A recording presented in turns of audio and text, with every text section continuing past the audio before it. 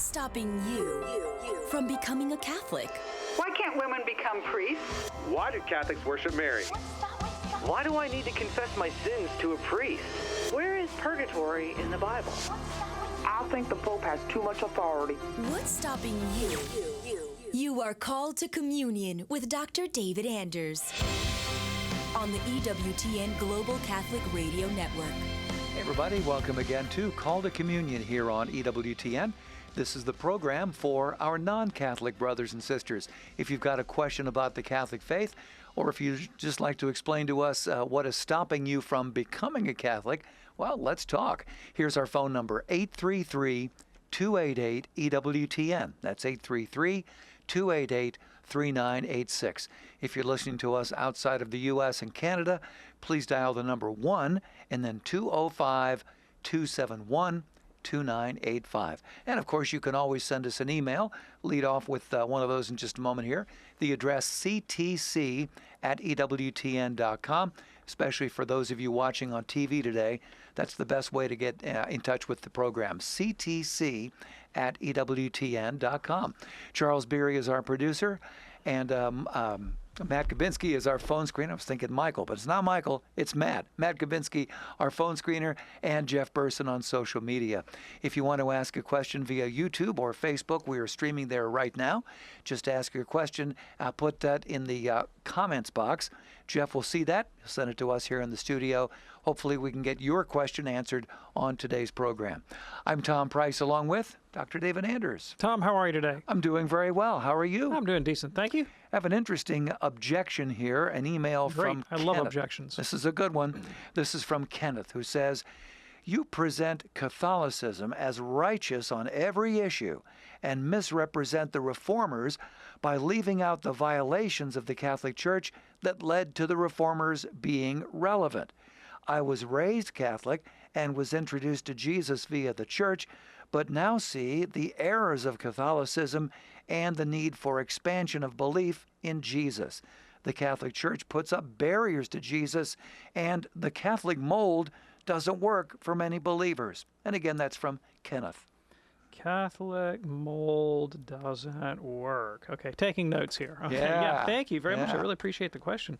So let me go through these one by one. To begin with, I don't think I've ever suggested that the Catholic Church is, as you put it, righteous on every issue. Now, I am a Catholic, and so I believe that what God has revealed is true. Mm-hmm. And just like, what if I said to a Protestant, well, you just present the Bible as if it were just right in everything it said, right? Well, that's just the Protestant position. The Protestant position just is that the Bible is the Word of God and the rule of faith. Well, the Catholic's position is that the teaching authority of the Church is the rule of faith. This is how God tells us what he wants us to know. Through sacred tradition, which includes the Bible, as interpreted by the magisterium, that's how you know the content of the faith. So if you accuse me of, lo and behold, being a Catholic, I plead guilty when the Church declares something dogmatically. For example, the Church dogmatically taught the dogma of the Trinity in 325 at the Council of Nicaea. Well, yeah, I think that's right. Not because I've independently verified the doctrine of the Trinity, but because I hold that the Sacred Council is the mode of teaching whereby the Church validates this is delivered to us in sacred revelation. That's how we know what the truth is. The Church has taught it. But if you exclude those things that are taught dogmatically, those things that are given to us by revelation, Catholics certainly do a lot of things that aren't righteous. And that would include popes and bishops and priests, as well as lay people and religious and monks and nuns and everybody else, right? Yeah. Even in their offices as popes and bishops and priests and monks and nuns. They can make decisions about the governance of the Church or the affairs of the Church that are really stupid. And they've done that many times over 2,000 years, and I've never claimed the contrary. Now, you also made the statement that I misrepresent the Reformers by omitting the abuses that made the Reformation relevant. Well, I certainly don't want to misrepresent the Reformers, and I spent a good 10-plus years of my professional life doing nothing but studying the Reformers at the PhD level so that I would get the Reformers right. Yeah. And it was precisely as a result of trying to get the Reformers right and not represent them that I became Catholic, right? Because what I found is that my Protestant tradition had misrepresented the Reformers on any number of issues. And the one that I think far and above is the most important to understand is just why was there a Reformation? I mean, you make it sound like it's just a foregone conclusion that the Reformers were responding to legitimate abuses and that therefore the Reformation was necessary. Oddly enough, when you read the Reformers, that's not exactly how they present it, right? They don't present the Reform as a response to ecclesiastical abuses.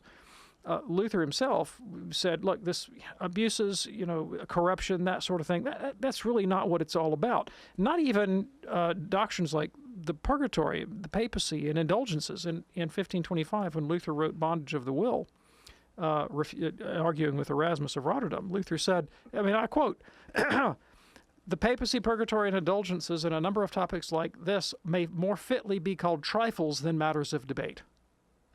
Right? For Luther, the core issue was not about ecclesiastical abuses. It wasn't even about the doctrine of the papacy. It was about the question of the bondage of the will. That's why he wrote a book called Bondage of the Will. Can human beings act freely, and in doing so, can they contribute to their own salvation? Can they be participants? Can they be cooperators with God in the work of salvation? And Luther said, absolutely not. Salvation is entirely a work from God's unilateral initiative. Humanity has no instrumental part to play other than passive receptivity through faith, and to teach otherwise is the worst possible heresy. That was Luther's view, justification by faith alone. And represented that as the teaching of St. Paul. Well, when I dug into the matter myself personally, I realized that, first of all, Luther was the first person in history to ever teach that doctrine.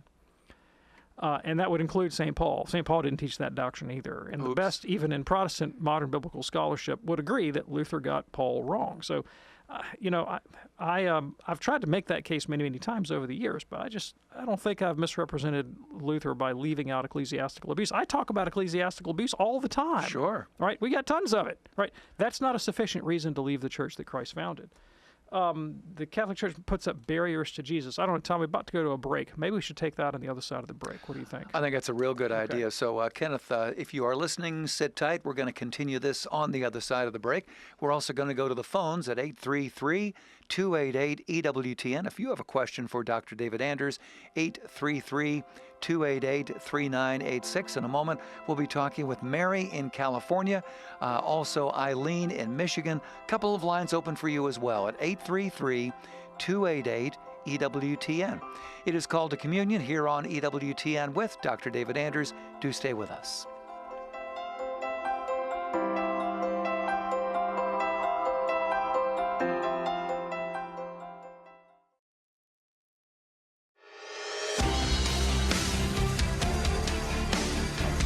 It's called to Communion here on EWTN. If you have a question for Dr. David Anders, we would love to talk with you at 833-288-EWTN. That's 833-288-3986. A couple of lines are open for you right now. We began the program today with an email from Kenneth, who had sort of a little litany of things that is keeping him from becoming a Catholic. And the one that we didn't get to was the very last one that Kenneth posed. He says, the Catholic Church puts up barriers to Jesus, and the Catholic mold doesn't work for many believers. Yeah, thank you. So you may be surprised that I respond this way, but I'm actually going to agree with you, but with some qualifications. Okay. Yes, Catholics can put barriers between souls and Jesus. Now, that's not true just of Catholics, right? So let me give you an illustration. When I was growing up in the Presbyterian Church, I went to a school that routinely beat children. And I, being a precocious and somewhat obnoxious kid, was often the recipient of that. And it wasn't a discipline that was conducted with love, but oftentimes with vengeance and unevenly, without equity. And so I and many other people developed a kind of a bitterness against the school and the administration because of unfair treatment, and sometimes I would say like even bordering on abusive at times. Yeah. And you better believe that alienated a lot of people from Jesus. Not me, actually. I didn't walk away from Christ because of that, but there were people who did. I knew folks who walked away from the Presbyterian Church because of the way they were mistreated at the school, right? So, and that kind of thing happens in all sorts of organizations. A bad seed comes in and deforms the message, deforms the mission of the institution by bringing whatever they bring to it. Can Catholics do that? Absolutely, they can. And if you attend to the teaching of Pope Francis, one of the things that he's been really intent on since his election to the papacy in 2013 was to remove barriers that Catholic apostolates and parishes might put up between the soul and Christ. Now, on the other hand, if what you mean is that the Catholic Church interposes things like sacraments and doctrines or saints, and that's the barrier, then I would argue with you. Then I would say, no, I don't agree with you, because those things are not barriers, they're means. Everyone who comes to Christ comes to Christ through some form of relationship. Some kind of instrumental means has been used, whether you're a Protestant or a Catholic or whatever. We don't have an unmediated contact with Christ. As much as you may think that you do, you can't even ask Christ to speak to your heart or to come dwell in your life unless someone's told you about him. And St. Paul says, how shall they hear unless somebody preaches? Because faith comes through hearing. You've got some kind of mediated contact. And what experience shows us is that it's not enough just to have the cognitive content delivered into your ears. It has to be delivered in a context that makes it credible and believable, usually instantiated in the form of a life well lived. Almost all of us have got some mentor person in our family or our environment or our upbringing or our school or whatever that we respect, and we say, I'd like to be like that person. I'd like to live the faith the way they lived it. That's what makes it stick, right? Yeah. And so that's mediated content. Now, the Catholic position is that some of those mediations are happenstance, as it were. Some were deliberately instituted by Christ to be the ordinary means of coming into relationship with him. And so the sacraments, for example, are ritual protestations, ritual demonstrations of the faith that saves us. That's the way St. Thomas describes them. And so not only do I get it coming into my ears, but I get it coming into my eyes and my nose and all my senses, and it habituates the soul to imitation and assimilation of the person of Jesus. If they're taken properly, they can be tremendous means to growth and holiness. So also with the saints. The saints are living exemplars of what intimacy with Christ looks like. They make the faith livable and credible to us as we see, okay, sanctity is possible in my state of life, even for lawyers. Look at Thomas More. That's and they can be for many people a path to holiness and salvation. Should be. That's the way God set it up.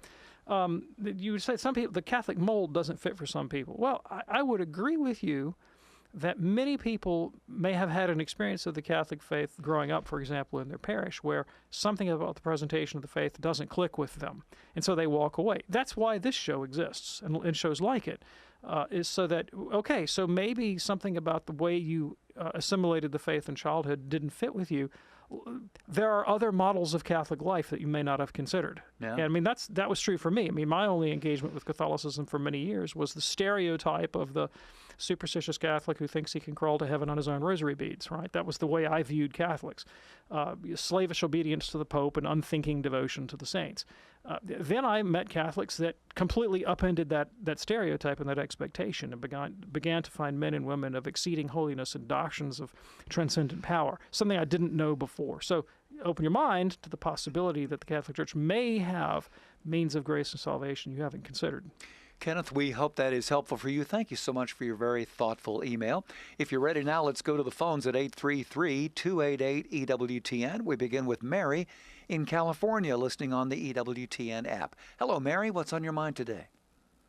Well, I wanted to call about my daughter who is going to, she has told me that, and she's got the engagement ring, she's going to elope with a Hindu, and an active Hindu who is active in his faith, and she's a lapsed Catholic. Now, my dilemma is that she's hoping to elope, come back, and have a reception. But I'm usually the one that puts on all the parties for our family. And so I don't know what to do. I feel like if I put on a big reception for her, she's going to think, I mean, it's like saying it's okay for what she's done. But I don't want to push. Oh my gosh, she would feel so hurt if I, didn't do anything and just said no because you eloped with a Hindu. He's a wonderful man. I can't say this man is a wonderful man. He treats her wonderfully. I don't know what to do. That's why I'm calling. Oh wow, yeah, thanks. Tough decisions these. I really appreciate the call. So a couple considerations. First of all, a Catholic can be validly married to a practicing Hindu. That is possible. A mixed marriage like that is possible in canon law and Catholic practice. And so there's nothing absolutely about this that would invalidate the possibility of her having a valid and a very good marriage. Now, the problem from the Catholic Church's point of view isn't simply that she's marrying a Hindu, which she can do if she has permission, a dispensation for disparity of cult. She can get permission from the bishop to do that. That's not the problem. The problem is the elopement, because a Catholic is under normal circumstances bound by canon law to marry in a church with a minister of the Catholic Church, a priest or deacon. Mm-hmm. Again, there are exceptions. One can ask for a dispensation from canonical form and have a valid marriage, but there has to be for a just cause, a proportionate reason. So the fellow sounds like a fine individual, and I mean, I'd probably be proud to have him as a son-in-law. And I've certainly known wonderful Hindu people that have done my family and me personally a tremendous amount of good. I got nothing against Hinduism per se, or at least nothing against Hindu people. I'll put it that way. I have nothing against Hindu people, and want them to obey their consciences and live according to the rules of justice and charity. And many of them do that, and my hat's off to them. But the canonical status of the marriage, that's an issue. So, one question is, I'm sure you've considered this, but, is it possible that you could have a conversation with your daughter and just say, look, here's where I'm standing. I love this guy. I think he's fantastic. I think you're going to have a wonderful life together. The manner of your marriage, right, the elopement, that's really upsetting me because, look, I know you're a lapsed Catholic and you may not care about the church, but like for me, it's a big deal that you have a wedding that's canonically valid. If you don't want to have a big to-do and a big guest list, you could still have a canonically valid marriage simply by repeating your vows in front of a Catholic priest or deacon. It doesn't have to be a big show. It could be just the two of you. Mm-hmm. I mean, I'm speaking of me, David Anders, when my marriage was convalidated in the Catholic Church, I had an invalid marriage, I got it convalidated. Mm-hmm. I think the only witnesses were the priest, my wife, myself, our children, and maybe like two friends. Right, that was it. I mean, it wasn't a big deal, and I think we scheduled it maybe like a week out. Now, they probably have to meet with the priest ahead of time and have some sort of marriage preparation, but that's a possibility to raise that question. You could say, look, if you, because of that question, my conscience is troubled, and I love you to death, and I love your soon-to-be, as it were, husband. Mm-hmm. I want to have a great relationship with y'all, but I feel very uneasy in conscience about this thing. And I'll respect you if you respect me. Can you respect my conscience in this? That mm-hmm. I don't want to be material or formally involved in the nuptials if I don't think that's right. It doesn't mean I don't love you. Doesn't mean I don't love him. Mm-hmm. But you're asking me to violate my conscience. I'm not asking you to violate your conscience. Don't ask me to violate mine. Now, there's another possibility, which is that you could say, look, I think this is not the way this ought to go down. I wouldn't mind you getting married. This is not how I want it to go down. I've stated my point of view. If I decide to host a reception after the fact, mm-hmm. I want you to understand that's because I love you and I care about you, not because I'm okay with this. Right, so that you're not mm-hmm. misunderstood as like totally endorsing, right. And it's going to be tricky because you have to distinguish your love for the people involved, and your desire to be in a relationship with them mm-hmm. on the one hand, from the form of the union on the other. And so I love you guys. I want y'all to be together. I'm happy for you to be together. I'm troubled about the form this is taking when it's going down. Do you understand and respect my conscience? A couple of different possibilities for you there, Mary, and thank you so much for your call. We hope that all that goes well for you and for your daughter as well. Hey, that opens up a line for you right now at 833-288-EWTN. If you have a question for Dr. David Anders, 833-288-3986. Call to communion with Dr. David Anders here on EWTN. Let's go now to Bill, a first-time caller from Atlanta, listening today on The Quest. Hey, Bill, what's on your mind today, sir? Real quick, and I'll get off the phone. Old argument between the evangelical/Protestant faith works. The story of Noah is a story of course, that is, a foreshadowing of many things, but the builder of the ark is Noah. Noah doesn't even have any clue what to do without God. he obeys God, and then he becomes a fellow worker with the Lord in building the physical structure that is going to deliver not only him but his family and the created things. Now, this may be myth, story, doesn't matter. The truth is there. We must be fellow workers with God. We're called to get up and, love God with all your mind, soul, come on, help me out here. Heart, mind, and soul. Yeah. And strength. Okay. Which means the body. The body means get out of bed, get out there, do. Mm-hmm. Engage yourself, your whole body, into being a fellow worker with Christ. Without that, there is no ark. The ark is not there. It's all abstract. It's all theology, but there's no ark.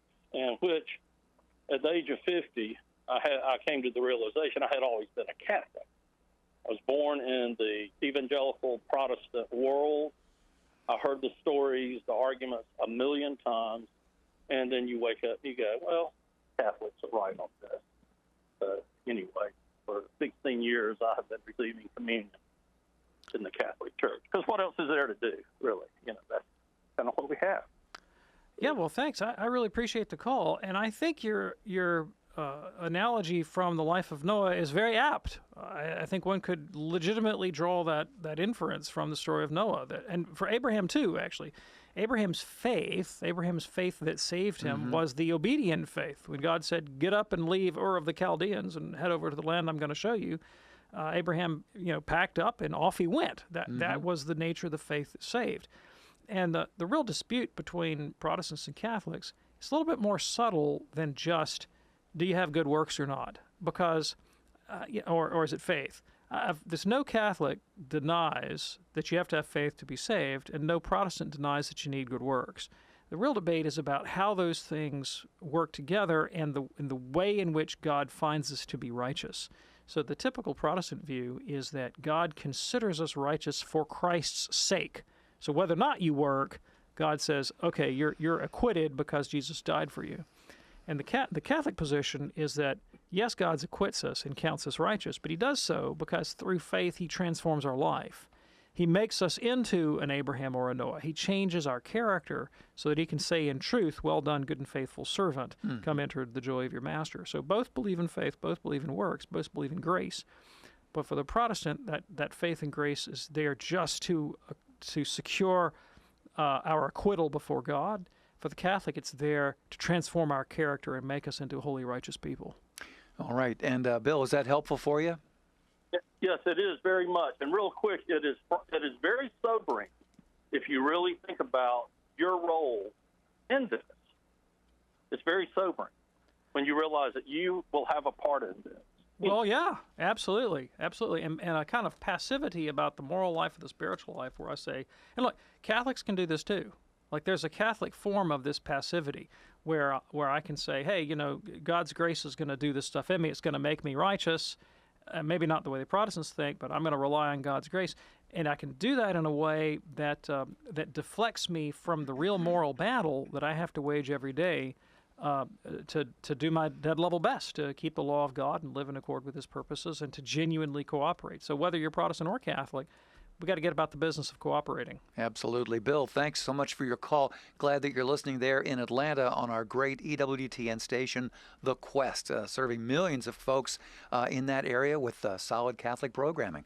In a moment, we're going to get to Andrea in Crofton, Maryland, also Tanner in Ohio. Lillian is in Arizona. She's got a great question, and a couple of lines are open for you right now at 833-288-EWTN. If you call right now, we can hopefully get you on today's program. 833-288-3986. If you're watching on television today, you'll want to send your email to ctc@ewtn.com. Back in a moment with lots more Call to Communion here on EWTN. Stay with us.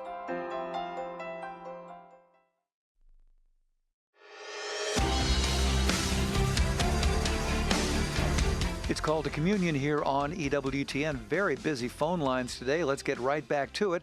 Here is Andrea in Crofton, Maryland, watching on EWTN television today. Andrea, what's on your mind? I Thank you, first of all, for taking my call. I wanted to ask, is there a book, or would you consider writing a book that would explain all of the names of the individuals in the Eucharistic prayer? The Linus, Cletus, Clement, Sixtus, Chrysogonus, which throws me every time I hear it. But you get what I'm saying. Who, as a Catholic, who are these people?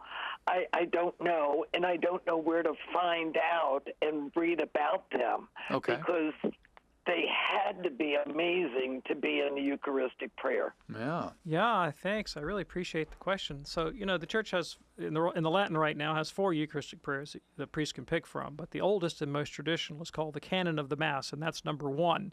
And that's where you get this litany of all these saints. Some of those characters were popes. Some of them were martyrs. Some of them were the virgin martyrs of antiquity. But they're different celebrated characters from the early centuries. Now, in terms of a resource, one that comes to my mind, the National Catholic Register, which is the sort of the print arm of EWTN's family of media resources, has an article from a few years back that's available online, simply called "Who Are All Those Saints in the Roman Canon?" National Catholic Register, and it goes through and names them all and defines them for you. Very good. Check that out there. It's ncregister.com. Andrea, thanks for your call. Andrea also mentioned the possibility of maybe you writing a book about all that. Writing books, not likely to write one on the saints of the Roman canon. Just on our way to the studio today, I had asked you about your weekend, and you said it was just like cram-packed, no way you could do anything else, and then offering up, well, that's why I don't have another book coming out. Right, exactly.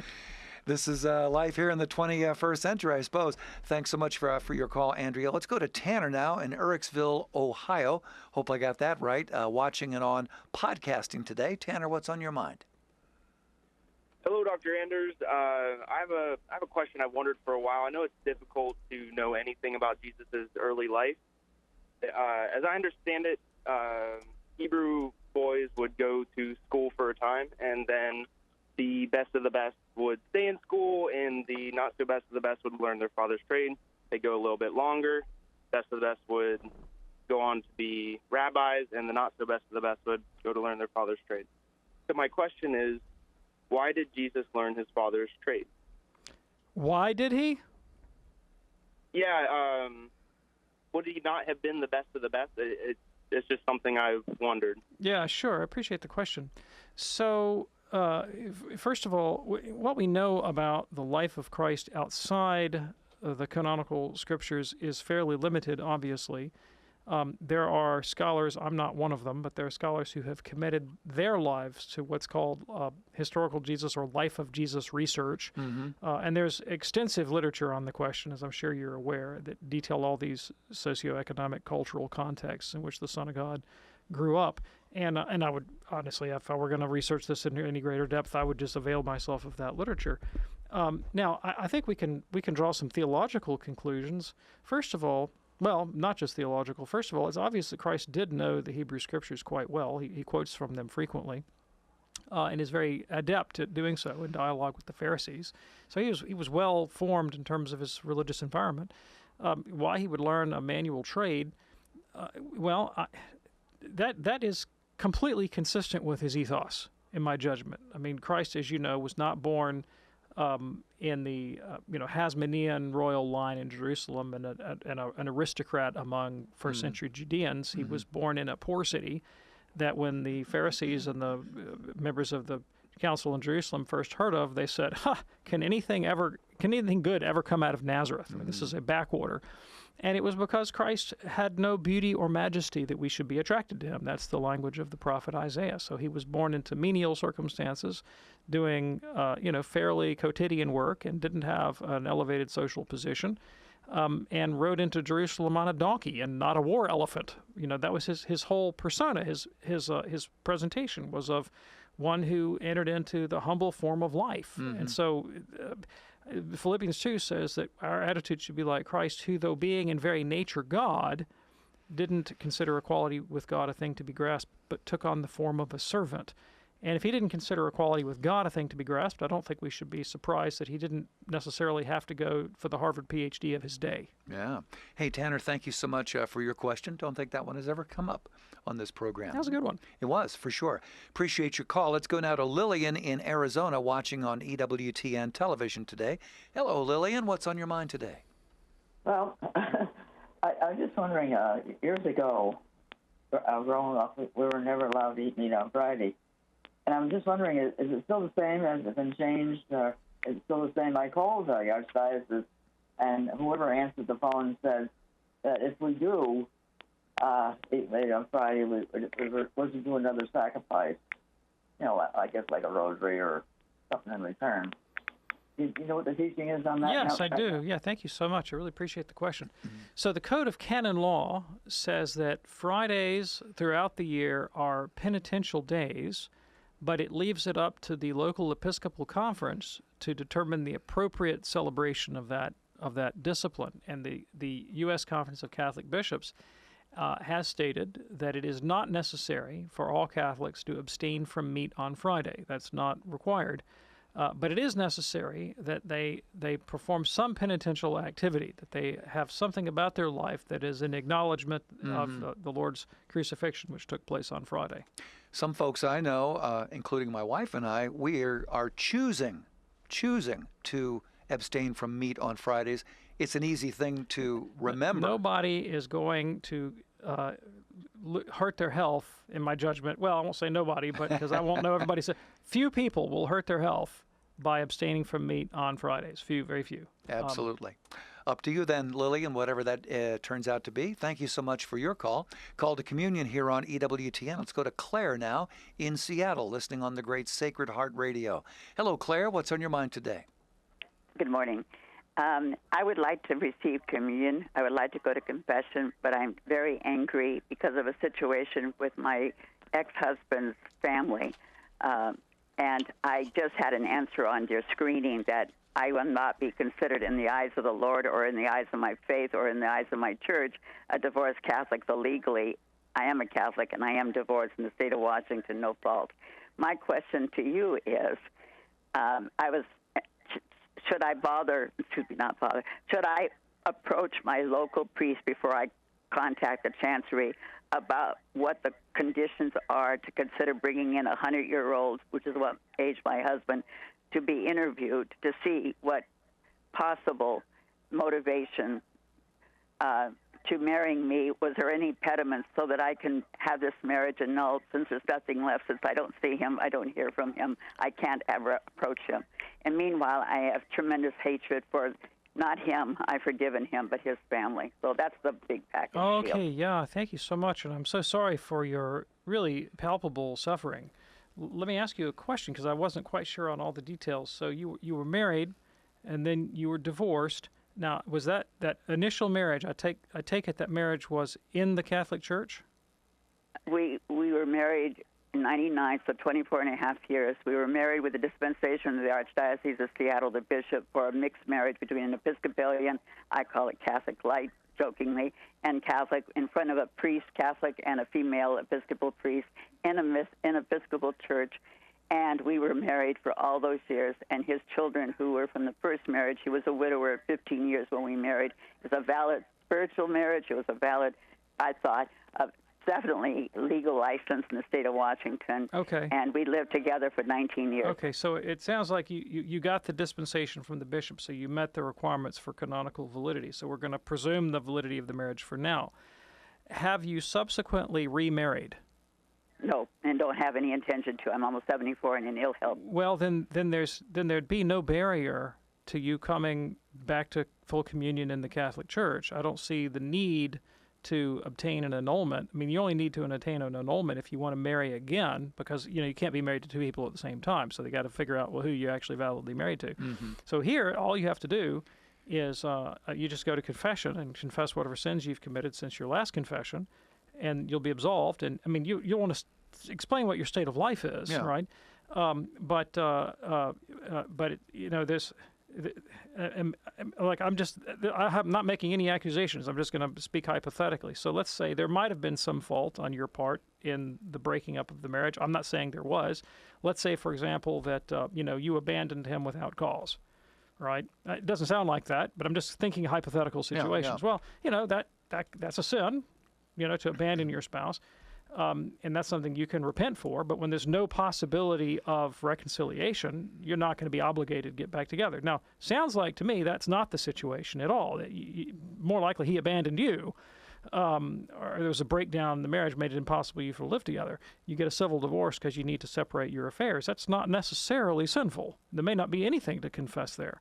But whatever the case is, whatever sin or lack of sin there may be, you just go to confession. And as long as your intent is not to marry again, so you're not going to be cohabitating with somebody that you're not, validly married to, there should be no impediment to come into communion. Lots of divorced and not remarried Catholics are in joyful full communion with the Church. There you go, Claire. Thank you so much for your call. Glad that you're listening to us today on the great Sacred Heart Radio. Call to Communion here on EWTN. We bring you something wonderful each and every Monday through Friday morning, and that is the Chaplet of Divine Mercy at 5 a.m. Eastern. You can join Catholics around the world as we recall in prayer the devotion of St. Faustina to our Lord. Again, that's Monday through Friday, 5 a.m. Eastern, right here on EWTN Radio. Let's go now to Martha in Arizona, listening on her Roku device. Martha, what's on your mind today?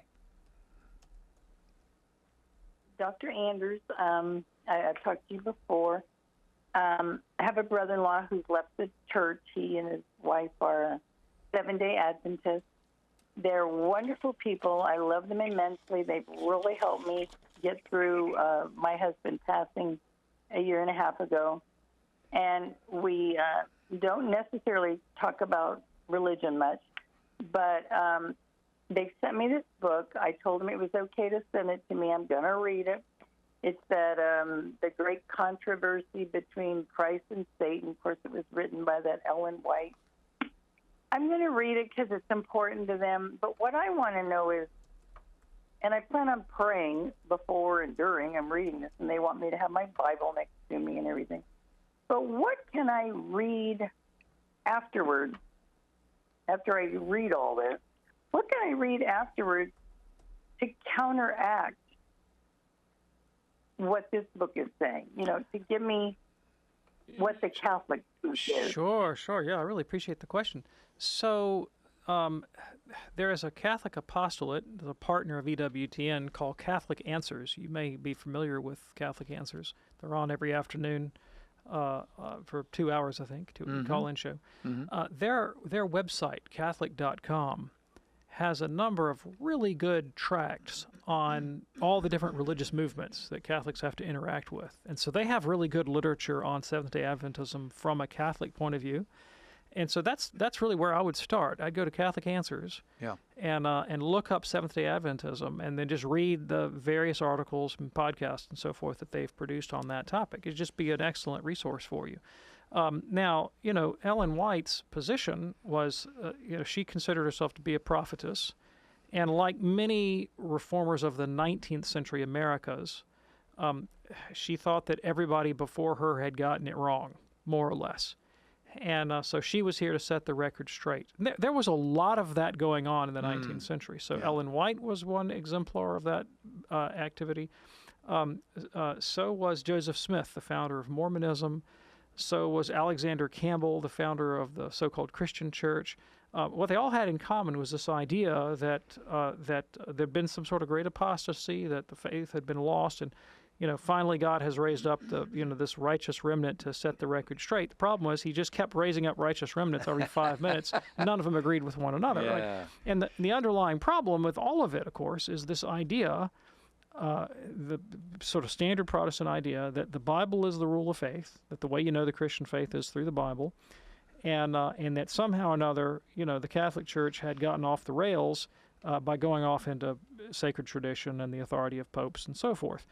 And that presumption never brought unity to the Protestant movement because they never could agree on what the Bible actually said. Hence the need to create their own quasi-magisterium. So within Protestantism, they say at one level, we think it's the Bible alone, but it's the Bible alone as interpreted by our guy or our girl in the case of Ellen White. Because my guy has got some sort of special endowment. Well, I sort of agree with you in broad terms about the principle. You need somebody with a special endowment, but I'd like it to be somebody established by Jesus.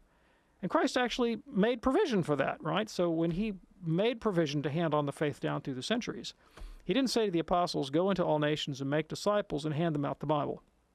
He said, go into all nations, make disciples, and teach them whatever I've commanded you, and I will be with you to the end of the age, and whatever you bind on earth is bound in heaven, and whatever you loose on earth is loosed in heaven. Christ actually established a teaching authority within the church that he founded with a promise to accompany it in perpetuity forever, and with the charism of infallibility, that what the church taught on earth would be bound on earth, be bound in heaven, and gave to St. Peter the keys of the kingdom of heaven. Made him the rock foundation of the church's unity. So, yes, you do need interpretive authority, but it's the Pope and the bishops of the Catholic Church that have been here for 2,000 years, not Ellen White or Joseph Smith or Barton Stone or Alexander Campbell or any of these other interlopers. And Martha, thank you so much for your call today. You may want to check out that website that David mentioned, Catholic.com. Also, our very own website, EWTN.com, also has a wealth of information for you there. Forrester is watching us on YouTube today. Forrester says, Dr. Anders, is the filioque still an important theological issue? I have trouble understanding what the consequences are on both sides of this issue other than the authority to alter the creed. Thanks, Forrester.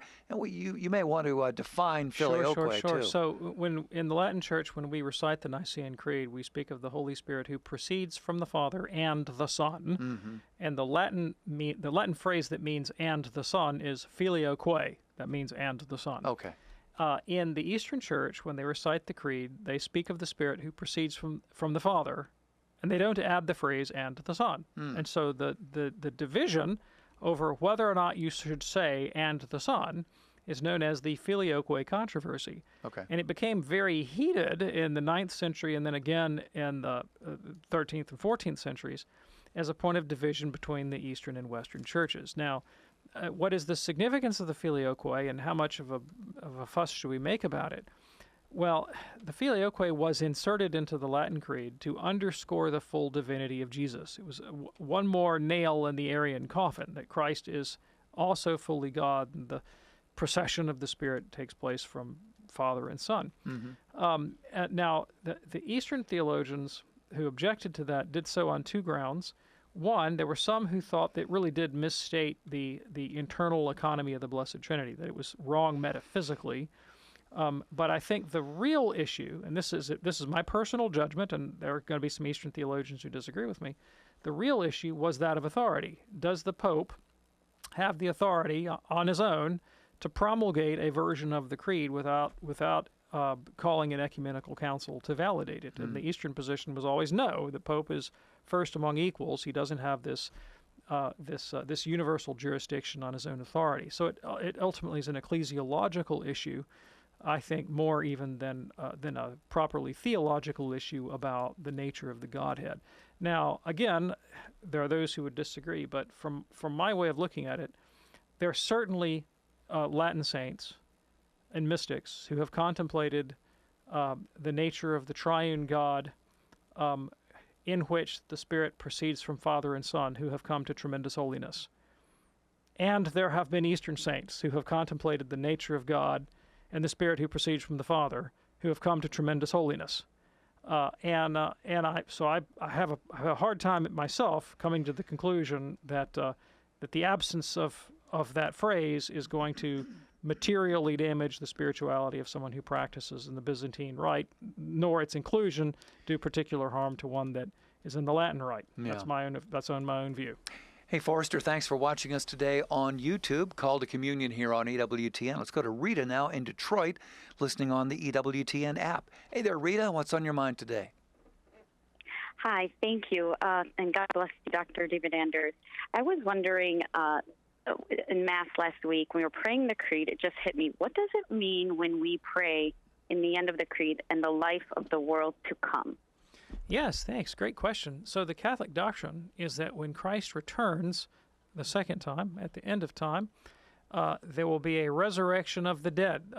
The bodies of the dead, righteous and wicked, will be raised from their graves, and there will be a general judgment, and God will proclaim some to be righteous and some to be wicked. Some will enter into their eternal reward and some to eternal punishment.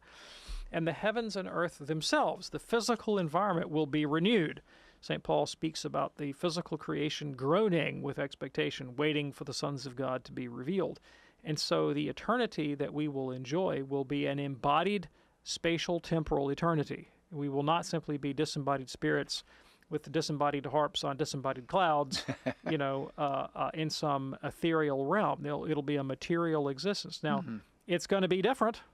It ain't going to be like what we got now. No. And so I don't think, St. Paul says, eye has not seen, ear has not heard, it hasn't entered into the heart of man what God has in store for those who love him. So it'll be vastly different, but there will be continuity between these physical bodies and this physical universe and the one we inherit at the return of Christ. Appreciate your call from Detroit. Rita, thank you for checking in today. Here's an email from Gretchen. What does it mean in the Bible where it says, "My Father's house has many dwelling places"? Yeah, great question. So, obviously Jesus is speaking here eschatologically. He's speaking about life beyond death, speaking about the life to come, as we just mentioned, and that we have a share in that. That we have a share in that. Now, another interesting dimension of Christ's teaching in the Gospel of John is that Christ has sheep that are not of the fold of Israel, that he would come to include the Gentile nations, which, of course, he did. And so there's diversity in the kingdom of heaven as well. Okay. And here's one from Michael watching us on YouTube. Can you please explain how the bodily resurrection will differ from the beatific vision our soul will experience in the period after our death before the bodily resurrection? Right. So what St. Thomas Aquinas says about this is that the resurrection of the body will not add anything to your beatitude intensively. It will add to it extensively. And so you could draw the analogy between, watching your favorite black and white movie and deriving as much pleasure from it as you can possibly imagine, and then suddenly they colorize it. It's an added dimension of beatitude, but doesn't necessarily increase the intensity. Michael, thanks so much for your question via YouTube. Here is Lawrence now in Raleigh, North Carolina, listening on the EWTN app. Hey, Lawrence, what's on your mind today, sir? Good afternoon, Dr. Anders. I wanted to ask, I wanted to get your opinion on this explanation, my own explanation, rather, if not an explanation, answer to the question when bad things happen to good people, specifically someone losing a child to illness or being affected by natural disasters. I would say that during the fall did not affect just man. It also affected our bodies and creation itself, as we learn. This is a reference to in yesterday's second reading, Romans 8. Okay, Lawrence, I am going to jump in because we're almost out of time. Yeah, David? so that's the standard Catholic view, right? That we just mentioned the passage in Romans 8 where Paul says that all creation is groaning, longing, with expectation for the sons of God to be revealed. So yeah, sure, the fall is the explanation for the suffering of human persons. Now, that has some validity intellectually. I recognize that when you speak to a suffering person, well, hey, Adam fell, is no comfort in that context, no, it's right? not. And so you have to add the fact that Christ comes and suffers with us. That is compassion, suffering along with, and that we're called to exhibit that compassion in our response to others, not by offering them beautiful theodicies, but by offering them love. Thanks so much for your question there, Lawrence. And this final question from Amanda on YouTube could be the most important question of the day. How can we bring young people back to the faith? Wow, in 30 seconds. Yeah. Okay. That's the $64,000 question. But what the sociology shows is that young people overwhelmingly followed their parents. That parents are far and above the most important religious influence on the lives of their children. So as parents, live the faith generously and virtuously, and that doesn't mean frenetically with lots of religious activity. Right. It means that it's a powerful force in your own life for the good. It's the good that is attractive rather than the verbiage. Walk the walk, because they're always watching. That's right. They're always watching. Great question there. Amanda, thanks for posing it on YouTube. And Dr. David Anders, thank you, sir. Thanks, Tom. We do this program Monday through Friday on EWTN Radio at 2 p.m. Eastern, with an encore at 11 p.m. Eastern on the radio side, and that's 8 p.m. on the West Coast. Check out the podcast anytime. We'll have that posted for you in the next hour or so at EWTNradio.net, EWTNradio.net. On behalf of our fantastic team here, I'm Tom Price along with Dr. David Anders. Thanks for joining us. Looking forward to our next visit right here on EWTN's Call to Communion. Have a great day. God bless.